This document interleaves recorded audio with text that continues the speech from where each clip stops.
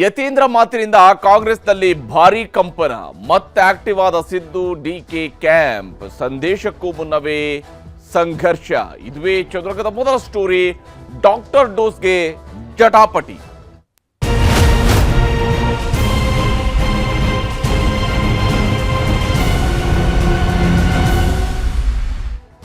ಈ ಅಲ್ಪ ವಿರಾಮವನ್ನು ಹಾಕುವ ಯಾವುದೇ ಒಂದು ವಾಕ್ಯವೂ ಕೂಡ ಅಲ್ಲಿಗೆ ಮುಗಿಯುವುದಿಲ್ಲ ಅಂತ ಅರ್ಥ. ಅದು ಪೂರ್ಣ ವಿರಾಮದ ಕಡೆಗೆ ಹೋಗ್ತಾ ಇರುತ್ತೆ. ಇಲ್ಲಿ ಸದ್ಯಕ್ಕೆ ಕಾಂಗ್ರೆಸ್ನಲ್ಲಿ ಎದ್ದಿದ್ದಂತಹ ಕುರ್ಚಿ ಕದನಕ್ಕೂ ಕೂಡ ಅಲ್ಪ ವಿರಾಮ ಹಾಕುವ ಕೆಲಸವನ್ನೇ ಹೈಕಮಾಂಡ್ ಮಾಡ್ತೇ ಹೊರತು ಪೂರ್ಣ ವಿರಾಮವನ್ನು ಹಾಕುವ ಕೆಲಸಕ್ಕೆ ಮಾಡಿಲ್ಲ. ಬಲ್ಲಿಗೆ ಹೈಕಮಾಂಡ್ ನೀವಿಬ್ರು ಹೋಗಿ ಬೆಳಗ್ಗೆ ಒಂದು ಬ್ರೇಕ್ಫಾಸ್ಟ್ ಮೀಟಿಂಗ್ ಮಾಡ್ಕೊಳ್ಳಿ, ಅದಾದ ಮೇಲೆ ಮೀಡಿಯಾದ ಮುಂದೆ ಮಾತಾಡಿ. ಅದರ ಪ್ರಕಾರವಾಗಿ ಇವರು ಬ್ರೇಕ್ಫಾಸ್ಟ್ ಮೀಟಿಂಗ್ ಮಾಡಿದ್ರು, ಮಾಧ್ಯಮದ ಮುಂದೆ ಮಾತಾಡಿದ್ರು. ಹೈಕಮಾಂಡ್ ನಿರ್ಧರಿಸುತ್ತೆ, ಏನೇ ಬದಲಾವಣೆ ಇದ್ದು ಹೈಕಮಾಂಡ್ ನಿರ್ಧಾರಕ್ಕೆ ನಾವು ಬದ್ಧ ಅಂತ ಹೇಳಿದರು. ಅಲ್ಲಿಗೆ ಹೈಕಮಾಂಡ್ ಕೊಡಿಸಿರುವಂಥದ್ದು ಕೇವಲ ಅಲ್ಪ ವಿರಾಮ ಆಗಿತ್ತೇ ಹೊರತು ಪೂರ್ಣ ವಿರಾಮ ಆಗಿರಲಿಲ್ಲ. ಇದರ ನಡುವೆ ಸಿಎಂ ಪುತ್ರ ಡಾಕ್ಟರ್ ಯತೀಂದ್ರ ಇವರು ಮಾತನಾಡಿದಾಗ ಒಂದಲ್ಲ ಒಂದು ರೀತಿಯಾದಂಥ ಕಂಪನ ಕಾಂಗ್ರೆಸ್ನಲ್ಲಿ ಶುರುವಾಗುತ್ತೆ. ಈ ಬಾರಿ ಯತೀಂದ್ರ ಅವರ ಮಾತಿನಿಂದ ಡಿ ಕೆ ಶಿವಕುಮಾರ್ ಅವರ ಟೀಮ್ ನಿಜಕ್ಕೂ ಏನಾಗಿದೆ ಅಂತ ಯೋಚನೆ ಮಾಡುವಂತ ರೀತಿಯಲ್ಲಿದೆ. ಯಾಕಂದ್ರೆ ಡಾಕ್ಟರ್ ಡೋಸ್ಗೆ ಡಿ ಕೆ ಶಿ ಟೀಮ್ ಸುಸ್ತಾಗಿದೆ. ಯಾಕಂದ್ರೆ ಇಲ್ಲಿ ಕೇವಲ ಡಾಕ್ಟರ್ ಯತೀಂದ್ರ ಅವರು ಮಾತ್ರ ಮಾತಾಡಿಲ್ಲ. ಡಾಕ್ಟರ್ ಯತೀಂದ್ರ ನಿನ್ನೆ ಮಾತಾಡಿದ್ರೆ ಇವತ್ತು ಸಿದ್ದರಾಮಯ್ಯನವರ ಪ್ರಮಾಪ್ತ ಸಚಿವ ಹೇಳ್ತಾ ಇದ್ದಾರೆ ಟೈಗರ್ ಈಸ್ ಅಲೈವ್. ಸಿದ್ದರಾಮಯ್ಯನವರ ಟೀಮ್ ಸ್ಪಷ್ಟ ಸಂದೇಶ ಕೊಡ್ತಾ ಇದೆ, ಟೈಗರ್ ಈಸ್ ಅಲೈವ್. ಹುಲಿ ಇನ್ನೂ ಕೂಡ ಬದುಕಿದೆ, ಹುಲಿ ಇನ್ನೂ ಕೂಡ ಆಳ್ತಾ ಇದೆ ಅನ್ನುವಂಥದ್ದು. ಹೈಕಮಾಂಡ್ ಸಂದೇಶಕ್ಕೂ ಮುನ್ನವೇ ಇಲ್ಲಿ ಮಾತಿನ ಜಟಾಪಟಿ ಜೋರಾಗ್ತಾ ಇದೆ. ಸಿಕ್ಕ ಅವಕಾಶವನ್ನ ಬಳಸಿಕೊಂಡು ಮಾತನಾಡೋದಕ್ಕೆ ಶುರು ಮಾಡಿದ್ದಾರೆ. ಯಾವಾಗ ಡಾಕ್ಟರ್ ಯತೀಂದ್ರ ಅವರು ಮಾತನಾಡಿದ್ರು, ಅದಾದ ನಂತರ ಈಗ ಹಲವು ಸ್ವರೂಪಗಳಲ್ಲಿ ಉತ್ತರಗಳನ್ನು ಕೊಡ್ತಾ ಇದ್ದಾರೆ, ಮಾತನಾಡ್ತಾ ಇದ್ದಾರೆ, ತಮ್ಮದೇ ಆದಂತಹ ಸಂದೇಶಗಳನ್ನು ಕೊಡುವ ಪ್ರಯತ್ನವನ್ನ ಮಾಡ್ತಾ ಇದ್ದಾರೆ. ಇಲ್ಲಿ ಡಾಕ್ಟರ್ ಡೋಸ್ ಹೇಗೆಲ್ಲ ಪರಿಣಾಮವನ್ನು ಬೀರ್ತಾ ಇದೆ ಅನ್ನೋದನ್ನು ನಿಮಗೆ ವಿವರಿಸ್ತಾ ಹೋಗ್ತೀನಿ. ಅಧಿವೇಶನ ನಡೆಯುವಾಗಲೇ ಕಾಂಗ್ರೆಸ್ನಲ್ಲಿ ಕುರ್ಚಿ ಕದನ ನಿಂತಿಲ್ಲ. ಇನ್ನೂ ಕೂಡ ಬೆಳಗಾವಿಯಲ್ಲಿ ಅಧಿವೇಶನ ನಡೀತಾ ಇದೆ, ಕಾಂಗ್ರೆಸ್ನಲ್ಲಿ ಕುರ್ಚಿ ಕದನ ನಿಂತಿಲ್ಲ. ಸಿದ್ದರಾಮಯ್ಯನವರು ಪೂರ್ಣಾವಧಿ ಮುಖ್ಯಮಂತ್ರಿ ಅಂತ ಡಾಕ್ಟರ್ ಯತೀಂದ್ರ ಪುನರುಚ್ಚಾರ ಮಾಡಿದ್ದಾರೆ. ಸಿದ್ದರಾಮಯ್ಯನವರೇ ಪೂರ್ಣಾವಧಿ ಮುಖ್ಯಮಂತ್ರಿ. ಬ್ರೇಕ್ಫಾಸ್ಟ್ ಮೀಟಿಂಗ್ ಬಳಿಕ ಎಲ್ಲದಕ್ಕೂ ಬ್ರೇಕ್ ಬಿತ್ತು ಅನ್ನೋವಾಗಲೇ, ಯಾಕೆಂದ್ರೆ ಯಾವುದನ್ನೇ ಎಷ್ಟೇ ಬಚ್ಚಿಟ್ರು ಕೂಡ ಅದು ಸ್ಫೋಟಗೊಳ್ಳೋದೇ ಇರೋದಿಲ್ಲ. ಆ ರೀತಿಯಾಗಿಯೇ ಸ್ಫೋಟಗೊಳ್ತಾ ಇದೆ. Siddu team versus D K team ವಾಗ್ಯುದ್ಧಕ್ಕೆ ನಾಂದಿ ಹಾಡಿದ ಸಿಎಂ ಮಗ ಡಾಕ್ಟರ್ ಯತೀಂದ್ರ. ಎರಡು ತಂಡಗಳ ನಡುವಿನ ಒಂದು ಮಾತಿನ ಗುದ್ದಾಟಕ್ಕೆ ಇದು ನಾಂದಿಯನ್ನು ಹಾಡಿದೆ.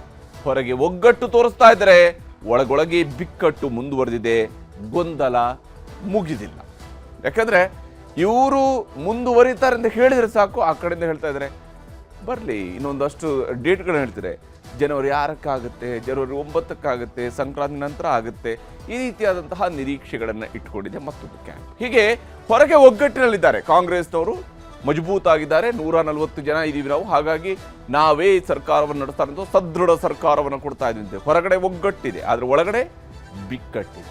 ಇದು ಸದ್ಯಕ್ಕೆ ನಡೀತಾ ಇರುವಂತಹ ಬೆಳವಣಿಗೆಗಳು. ಯತೀಂದ್ರ ಅವರು ನಿನ್ನೆ ಏನು ಹೇಳಿದ್ರು, ಇವತ್ತು ಏನು ಉತ್ತರವನ್ನು ಕೊಟ್ಟಿದ್ದಾರೆ ಅನ್ನೋದು ನಿಮ್ಗೆ ತೋರಿಸ್ತೀನಿ.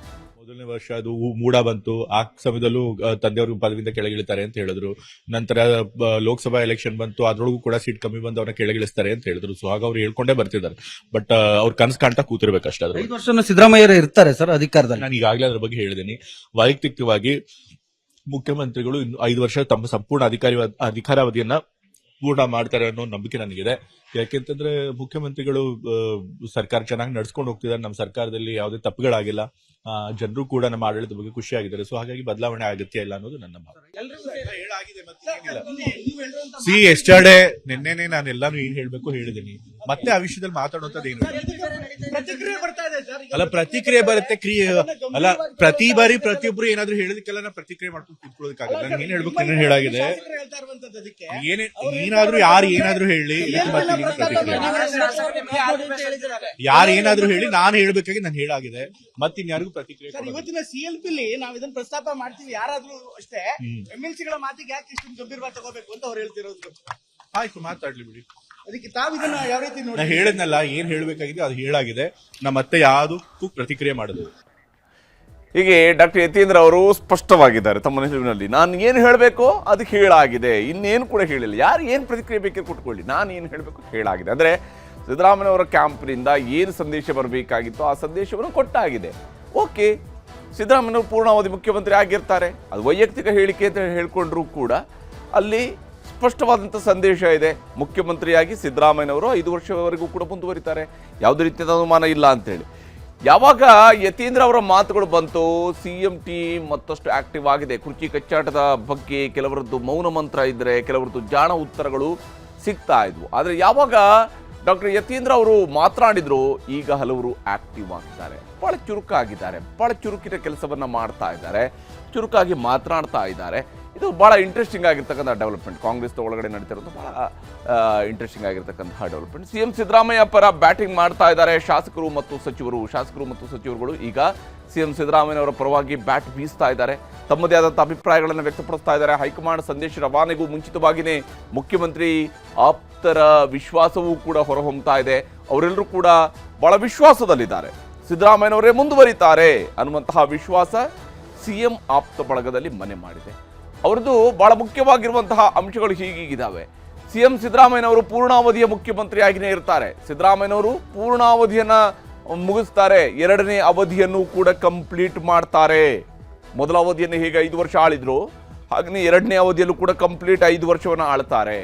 ಹೈಕಮಾಂಡ್ ಬದಲಾವಣೆಯನ್ನು ಮಾಡೋದಿಲ್ಲ, ಕರ್ನಾಟಕದಲ್ಲಿ ನಾಯಕತ್ವದ ಬದಲಾವಣೆ ಆಗೋದಿಲ್ಲ ಅನ್ನುವಂತಹ ವಿಶ್ವಾಸ ಸಿದ್ದರಾಮಯ್ಯನವರ ಬಣದ ನಾಯಕರಲ್ಲಿದೆ, ಶಾಸಕರಲ್ಲಿದೆ. ಸಿದ್ದರಾಮಯ್ಯ ಓರ್ವ ಮಾಸ್ ಲೀಡರ್, ಅಹಿಂದ ನಾಯಕ. ಯಾಕಂದ್ರೆ ಸಿದ್ದರಾಮಯ್ಯನವರು ನಿಸ್ಸಂಶಯವಾಗಿ ಕರ್ನಾಟಕದಲ್ಲಿ ಇವತ್ತಿನ ಕಾಂಗ್ರೆಸ್ ನಾಯಕರಲ್ಲಿ ಮಾಸ್ ಲೀಡರ್ ಆಗಿರುವಂಥವ್ರು ಅಂದರೆ ಸಿದ್ದರಾಮಯ್ಯನವರು. ಮತ್ತು ಅವರು ಅಹಿಂದ ನಾಯಕ, ಅಹಿಂದ ಚಾಂಪಿಯನ್. ಈ ಎಲ್ಲವೂ ಕೂಡ ಸಿದ್ದರಾಮಯ್ಯನವರ ಆಪ್ತ ಬಣಕ್ಕಿರ್ತಕ್ಕಂಥ ವಿಶ್ವಾಸವನ್ನು ಹೆಚ್ಚಿಸ್ತಾ ಇದೆ.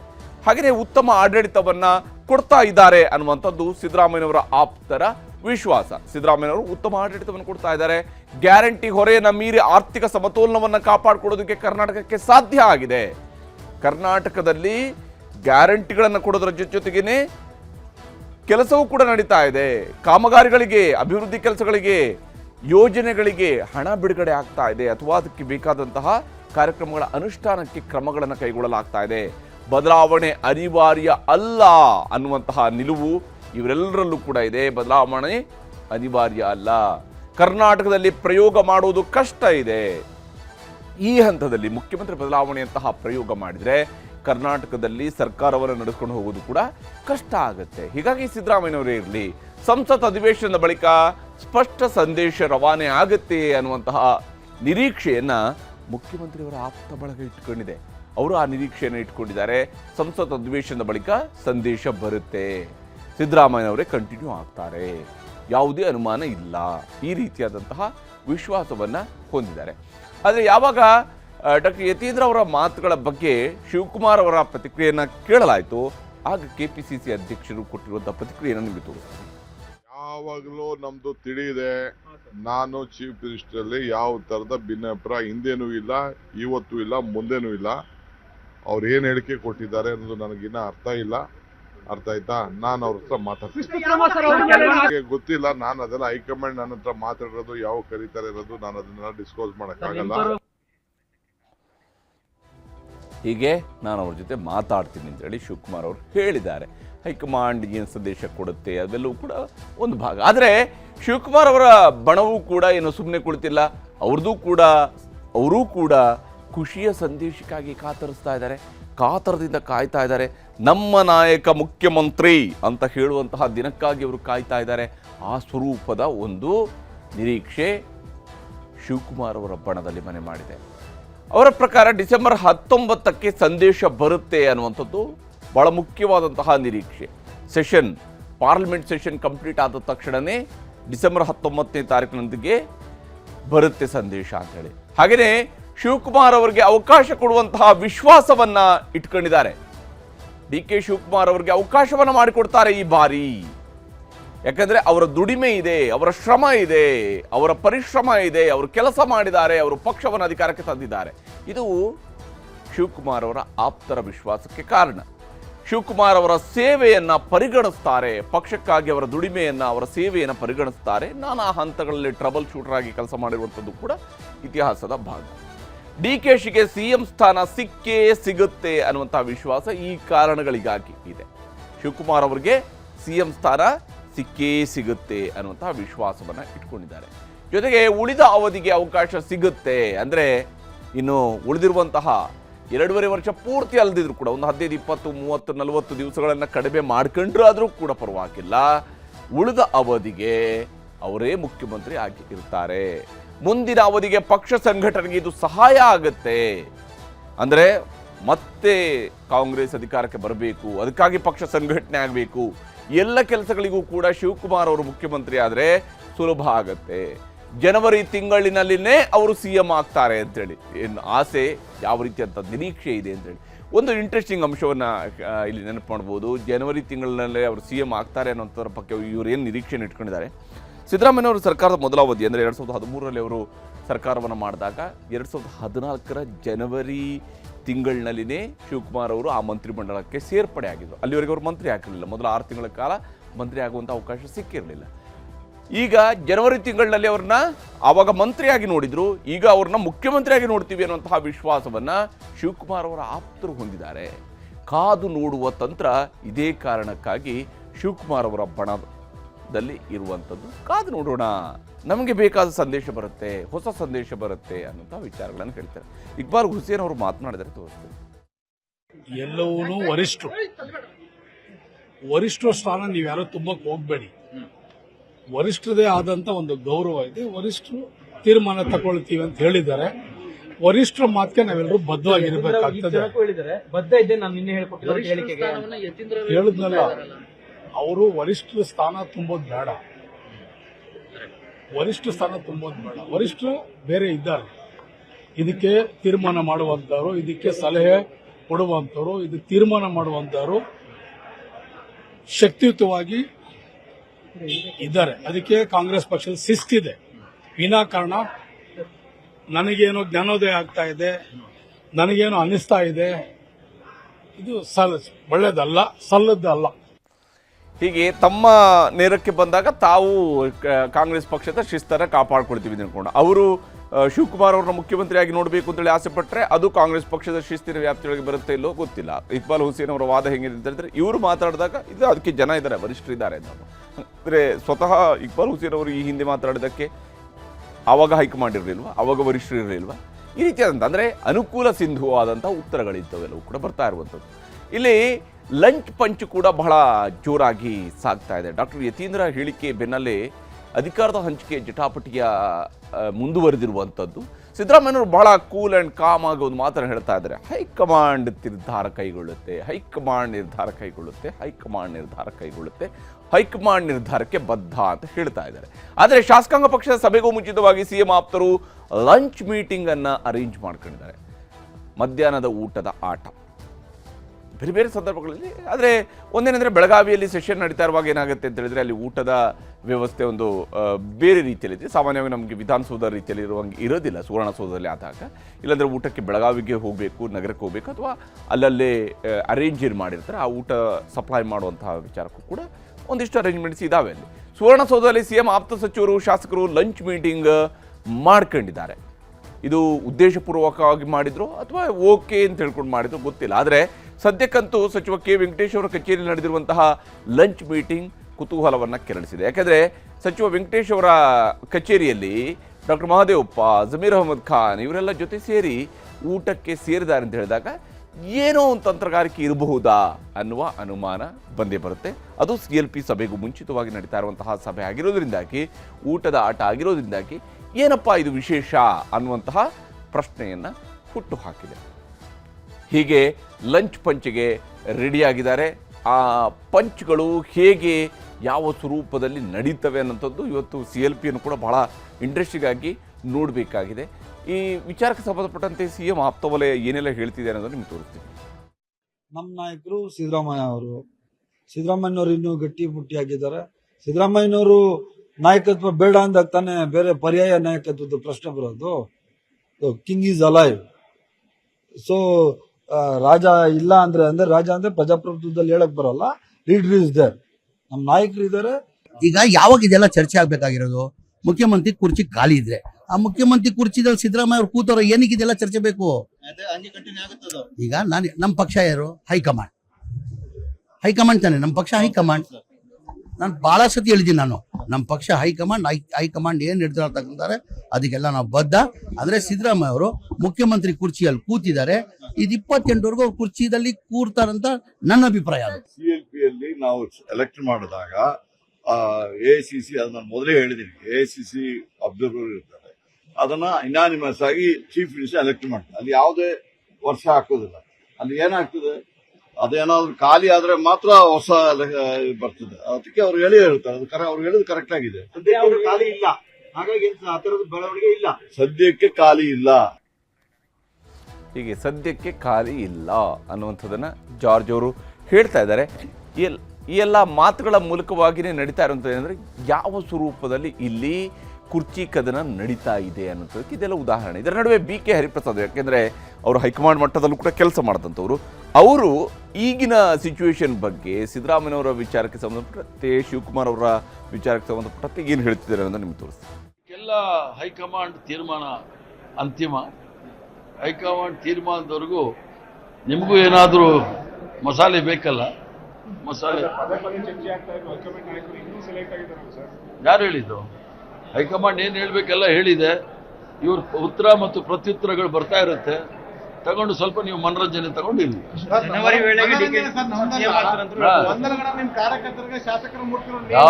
ಯಾರಿಗೂ ಯಾವ ಕಾರ್ಯಕರ್ತರಿಗೂ ಗೊಂದಲ ಇಲ್ಲ, ಯಾವ ನಾಯಕರಿಗೂ ಗೊಂದಲ ಇಲ್ಲ. ನಿಮಗೆ ಮಾತ್ರ ಮನರಂಜನೆ ಇದೆ, ಅದನ್ನ ಸಂತೋಷ ಪಡಿ. ಹೀಗೆ BK ಹರಿಪ್ರಸಾದ್ ಎಲ್ಲವನ್ನು ಕೂಡ ಮಾಧ್ಯಮದ ಮೇಲೆ ಹಾಕಿದ್ದಾರೆ. ಆದರೆ ಒಂದು ಮಾತನ್ನು ಅವರು ಹೇಳಿದ್ದಾರೆ, ಹೈಕಮಾಂಡ್ ಹೇಳುವಂಥದ್ದನ್ನು ಹೇಳಿ ಆಗಿದೆ ಅನ್ನುವಂಥ ಮಾತನಾಡಿದ್ದಾರೆ. ಹಾಗಾದರೆ ಈಗ ಆಲ್ರೆಡಿ ಸಿದ್ದರಾಮಯ್ಯನವರು ಮುಂದುವರಿಬೇಕು ಅನ್ನುವಂಥ ರೀತಿಯಾದ ತೀರ್ಮಾನವನ್ನು ಹೇಳಿ ಆಗಿದೆಯಾ ಕಾಂಗ್ರೆಸ್ನ ಒಳಗಡೆ, ಅಥವಾ ಶಿವಕುಮಾರ್ ಅವರಿಗೆ ಇಂಥ ದಿವಸ ನೀವು ಮುಖ್ಯಮಂತ್ರಿ ಆಗ್ತೀರಿ ಅನ್ನೋದನ್ನು ಹೇಳಿ ಆಗಿದೆಯಾ ಕಾಂಗ್ರೆಸ್ನೊಳಗೆ? ಈ ವಿಚಾರಗಳಿಗೆ ಸ್ಪಷ್ಟವಾದಂತಹ ಉತ್ತರ ಸಿಗಬೇಕಾಗಿದೆ. ಯಾಕಂದರೆ ಇದೇ ಇರುವಂಥದ್ದು ಹೈಕಮಾಂಡ್ನ ಸಂದೇಶ ಏನು ಅನ್ನುವಂತಹ ಪ್ರಶ್ನೆ ಇರುವಂಥದ್ದು ಕೂಡ ಇದೇ ವಿಚಾರಕ್ಕೆ. ಆದರೆ ಡಾಕ್ಟರ್ ಡೋಸ್ನ ಸುತ್ತಲ ಬಹಳ ದೊಡ್ಡದಾದಂಥ ಜಟಾಪಟಿ ಅಂತೂ ನಡೀತಾ ಇದೆ. ಇದು ಇಲ್ಲಿಗೆ ನಿಲ್ಲುತ್ತಾ, ಇನ್ನಷ್ಟು ದಿನ ಮುಂದುವರಿಯುತ್ತಾ? ಅದಷ್ಟೇ ಈಗ ಇರುವಂತಹ ಕುತೂಹಲ. ಎರಡನೇ ಸುದ್ದಿ ಕಡೆಗೆ ಹೋಗೋಣ. ಟಿಪ್ಪು ಜಯಂತಿಗೆ ಮುಂದಾಯ್ತಾ ರಾಜ್ಯ ಸರ್ಕಾರ? ಅಧಿವೇಶನದ ಹೊತ್ತಲ್ಲೇ ಮತ್ತೊಂದು ವಿವಾದ, ಘರ್ಷಣೆ, ಗಲಾಟೆಗೆ ನಾಂದಿ ಹಾಡುತ್ತಾ? ಇದುವೇ ಚದುರಂಗದ ಎರಡನೇ ಸ್ಟೋರಿ. ಮತ್ತೆ ಬಂದ ಟಿಪ್ಪು.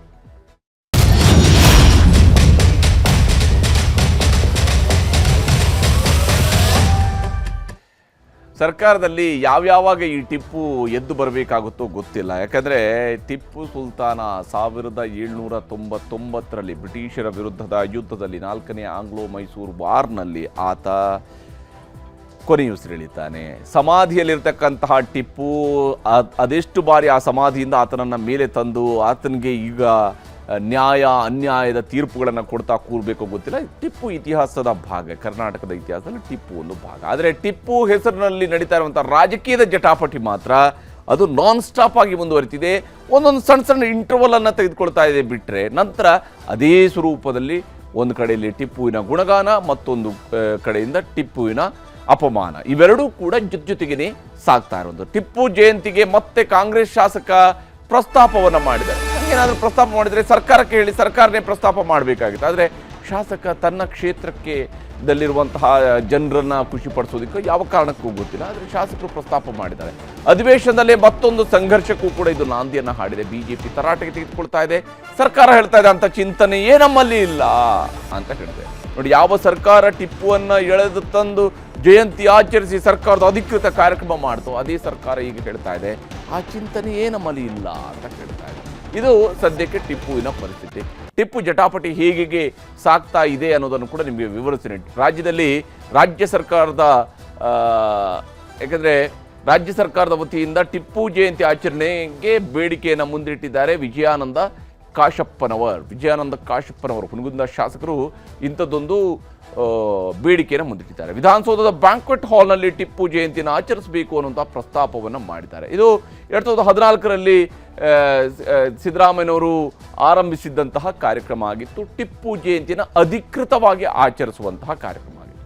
ಅಧಿವೇಶನದಲ್ಲಿ ಪ್ರಸ್ತಾಪಕ್ಕೆ ಕಾಂಗ್ರೆಸ್ ಶಾಸಕ ವಿಜಯಾನಂದ ಕಾಶಪ್ಪನವರು ಸಿದ್ಧತೆಯನ್ನು ಮಾಡ್ಕೊಂಡಿದ್ದಾರೆ. ಆ ಮೂಲಕವಾಗಿ ಗಮನ ಸೆಳೆಯುವ ಸೂಚನೆಯ ವೇಳೆ ಪ್ರಸ್ತಾಪಕ್ಕೆ ವಿಧಾನಸಭೆ ಕಾರ್ಯಕಲಾಪ ಸೂಚಿಯಲ್ಲಿ ಇದನ್ನು ಸೇರ್ಪಡೆ ಮಾಡಿಕೊಳ್ಳಲಾಗಿದೆ. ಟಿಪ್ಪು ಜಯಂತಿಯನ್ನು ಆಚರಿಸಬೇಕು, ಇದು ವಿಜಯಾನಂದ ಕಾಶಪ್ಪನವರ ಆಸೆ, ಆಕಾಂಕ್ಷೆ. ಹಲವು ವರ್ಷಗಳಿಂದ ತಣ್ಣಗಾಗಿದ್ದ ಟಿಪ್ಪು ಜಯಂತಿ ಆಚರಣೆ ವಿವಾದ ಮತ್ತೆ ಭುಗಿಲೇಳುವ ಸಾಧ್ಯತೆಯೂ ಕೂಡ ಇದೆ. ಮೊನ್ನೆ ನವೆಂಬರ್ ತಿಂಗಳಲ್ಲಿ ಕಳೆದು ಹೋಯಿತು. ಯಾಕೆಂದರೆ ನವೆಂಬರ್ ತಿಂಗಳಲ್ಲಿ ಟಿಪ್ಪು ಜಯಂತಿಯನ್ನು ಆಚರಿಸ್ತಾ ಇದ್ರು. ಆದರೆ ಈ ವರ್ಷನೂ ಆಚರಿಸಿಲ್ಲ, ಕಳೆದ 2 ವರ್ಷಗಳಲ್ಲೂ ಕೂಡ ಆಚರಿಸಿಲ್ಲ. ಹೀಗಿರುವಾಗ ಅಧಿವೇಶನದಲ್ಲಿ ಟಿಪ್ಪು ಜಯಂತಿ ಬಗ್ಗೆ ಬಿಸಿ ಬಿಸಿ ಚರ್ಚೆ ನಡೆಯುವಂತಹ ಸಾಧ್ಯತೆಯೂ ಕೂಡ ಗೋಚರಿಸ್ತಾ ಇದೆ. ಹಿಂದೆ ಬಿಜೆಪಿ ಸರ್ಕಾರ 2019ರಲ್ಲಿ ಇದಕ್ಕೆ ಬ್ರೇಕ್ ಹಾಕಿತ್ತು. ಟಿಪ್ಪು ಜಯಂತಿ 5 ವರ್ಷಕ್ಕೆ ಸೀಮಿತಗೊಂಡಿತ್ತು. ಟಿಪ್ಪು ಹುಟ್ಟಿದಹಬ್ಬವನ್ನು ಆಚರಿಸುವಂತಹ ಕೆಲಸವನ್ನು ಸರ್ಕಾರ ಮಾಡೋದಕ್ಕೆ ಹೊರಟಿತ್ತು. ಈ ವಿಚಾರದಲ್ಲಿ ಬಿಜೆಪಿ ನಾಯಕರು ಏನು ಹೇಳ್ತಿದ್ದಾರೆ, ಅದಕ್ಕೆ ವಿಜಯಾನಂದ ಕಾಶಪ್ಪನವರು ತಮ್ಮ ನಿಲುವಿಗೆ ಹೇಗೆ ಸಮರ್ಥನೆಯನ್ನು ಕೊಡ್ತಾ ಬಿಜೆಪಿಯವರಿಗೆ ಟಾಂಗ್ ಕೊಟ್ಟಿದ್ದಾರೆ ಅನ್ನೋದನ್ನು ನಿಮ್ಗೆ ತೋರಿಸ್ತೀನಿ. ಈ ಟಿಪ್ಪು ಮತ ಅಂದ, ಲಕ್ಷಾಂತರ ಹಿಂದೂಗಳನ್ನು ಮತಾಂತರ ಮಾಡಿದ್ದಾನೆ, ಕೊಂದಿದ್ದಾನೆ. ಕೊಡಗಲ್ಲಿ ಅದಕ್ಕೆ ಸಾಕ್ಷಿ ಇದೆ, ಮಂಡ್ಯದಲ್ಲಿ ಸಾಕ್ಷಿ ಇದೆ. ಮೈಸೂರು ಅರಸರು ಈ ರಾಜ್ಯಕ್ಕೆ ಒಳ್ಳೇದು ಮಾಡಿದ್ದಾರೆ, ಅವ್ರನ್ನ ಜೈಲಲ್ಲಿ ಇಟ್ಟಿದ್ರು ಇವರು. ಇಂಥ ಮನೆ ಆಳ ಟಿಪ್ಪು ಮತ್ತು ಹೈದರಾಲಿನ ನೆನಪು ಮಾಡ್ಕೊಳ್ಳೋದು ತಪ್ಪು. ನಾವು ಪಾಕಿಸ್ತಾನ, ಬೇರೆ ಅಫ್ಘಾನಿಸ್ತಾನ ಅಥವಾ ಇರಾನ್ದು ಮಾತಾಡ್ತಾ ಇಲ್ಲ. ನಮ್ಮ ದೇಶದ ಇತಿಹಾಸದ ಬಗ್ಗೆ ಮಾತಾಡ್ತಾ ಇದ್ದೀವಿ. ನಮ್ಮ ದೇಶದ ಸ್ವಾತಂತ್ರ್ಯ ಹೋರಾಟದ ಬಗ್ಗೆ ಮಾತಾಡ್ತಾ ಇದ್ದೀವಿ. ತಪ್ಪೇನಿಲ್ಲ. ನೋಡಿ, ಅವ್ರು ಬೇಕಾದ್ರೆ ಹೇಳ್ತಾರ್ರಿ, ಇವರೇ ಪಠ್ಯ ಪುಸ್ತಕದಲ್ಲಿ ಓದಿ ಬಂದಿಲ್ವಾ? ನಾವೆಲ್ಲ ಇತಿಹಾಸ ಓದಿ, ಯಾರು ಇತಿಹಾಸ ಓದೇ ಬಂದಿದ್ದೀವಿ ನಾವು. ಇತಿಹಾಸನ ಅವ್ರು ಓದ್ಕೊಳ್ಳಿ. ಸ್ವಾತಂತ್ರ್ಯ ಹೋರಾಟದಲ್ಲಿ ಇವರು RSS ದವರು, ಬಿಜೆಪಿಯವರು ಎಲ್ಲಿದ್ರು ಅನ್ನೋದು ಅಶೋಕ್ ಅವ್ರಿಗೆ ಸ್ಪಷ್ಟನೆ ಕೊಡಕ್ ಹೇಳ್ರಿ. ಈ ಸರ್ಕಾರವೇ ಟಿಪ್ಪು ಸರ್ಕಾರ. ಇನ್ನು ಬರ್ತ್ಡೇ ಹುಟ್ಟು ಹಬ್ಬ ಮಾಡ್ತೀವಿ, ಅದಕ್ಕೆ ಚರ್ಚೆ ಆಗ್ಬೇಕು ಅನ್ನೋದು ಏನ್ ಉಳಿದದೆ ಅವರಲ್ಲಿ? ಟಿಪ್ಪು ಸರ್ಕಾರ ಟಿಪ್ಪು ಬರ್ತ್ಡೇ ಮಾಡಿದ ಇನ್ಯಾರ್ದು ಮಾಡ್ತದೆ? ಬಸವಣ್ಣಂದು ಮಾಡ್ತದ? ಮಾಡೋದಿಲ್ಲ. ಅಂಬೇಡ್ಕರ್ ಅವ್ರದ್ದು ಮಾಡ್ತದ? ಮಾಡೋದಿಲ್ಲ. ಅದು ಟಿಪ್ಪುದೇ ಮಾಡ್ತದೆ. ಬೇಕಾದಾಗ ಇದೇ ಯಡಿಯೂರಪ್ಪನವರು, ಜಗದೀಶ್ ಶೆಟ್ಟರು ಅವ್ರ ವೇಷ ಭೂಷ ಧರಿಸಿ ಟಿಪ್ಪುನ ಕಡ್ಗ ಹಿಡಿದಿದ್ರು ಕೈಯಲ್ಲಿ. ಅವಾಗ ಬೇಕಾಗಿತ್ತಾ? ಈಗ ಬೇಡಾಗಿದ್ಯಾ? ಸುಮ್ಮನೆ ವಿವಾದಾತ್ಮಕವಾಗಿ ದೇಶಕ್ಕೆ ಸ್ವಾತಂತ್ರ್ಯದಲ್ಲಿ ಹೋರಾಟ ಮಾಡಿಲ್ವಾ ಅಲ್ಪಸಂಖ್ಯಾತರು, ಮುಸ್ಲಿಂ ಬಂಧುಗಳು? ಸುಮ್ಮನೆ ಮಾತಾಡ. ಅಶೋಕ್ ಅವರು ಹೇಳ್ತಾ ಇದ್ರು ಟಿಪ್ಪು ಮತ ಅಂದ, ಆತ ಲಕ್ಷಾಂತರ ಜನರನ್ನು ಕೊಂದಿದೆ ಅಂತ. ಇದೇ ಅಶೋಕ್ ಅವರು ಉಪಮುಖ್ಯಮಂತ್ರಿಗಳಾಗಿದ್ದಾಗ ಟಿಪ್ಪು ಜಯಂತಿ ದಿವಸ ಟಿಪ್ಪುವಿನ ಪೇಟದ ಶೈಲಿಯ ಕಿರೀಟವನ್ನು ತಲೆಯ ಮೇಲೆ ಇಟ್ಟುಕೊಂಡು ಜಯಂತಿಯಲ್ಲಿ ಆಚರಿಸಿದ್ದು ಕೂಡ ಇತಿಹಾಸದ ಭಾಗವೇ. ಇವೆಲ್ಲವೂ ಕೂಡ ಇತಿಹಾಸ. ಅಂದರೆ ಅವರವರ ಅನುಕೂಲಕ್ಕೆ ತಕ್ಕಂತೆ ನಡೆದುಕೊಳ್ಳುವಂತಹ ಇತಿಹಾಸ ಆಗೋಗಿದೆ. ಇಲ್ಲಿ ಇದೇ ಕಾರಣಕ್ಕಾಗಿ ನೋಡಿ, ಹೀಗೆ ಯಡಿಯೂರಪ್ಪನವರು ಟಿಪ್ಪುವಿನ ಸ್ವರೂಪದ ಒಂದು ಕಿರೀಟದ ಸ್ವರೂಪವನ್ನು ಅವರು ಕೂಡ ಧರಿಸಿದರು. ಯಾಕಂದರೆ ಅದು ಮುಸ್ಲಿಂ ಸಮುದಾಯದವರು ಟಿಪ್ಪುವನ್ನು ನೆನಪು ಮಾಡಿಕೊಳ್ಳುವಂತಹ ರೀತಿಯೂ ಕೂಡ ಆಗಿದೆ. 2014ರಿಂದ ವಿಧಾನಸೌಧ ಬ್ಯಾಂಕ್ವೆಟ್ ಹಾಲ್ನಲ್ಲಿ ಟಿಪ್ಪು ಜಯಂತಿಯನ್ನು ಆಚರಿಸಲಾಯಿತು.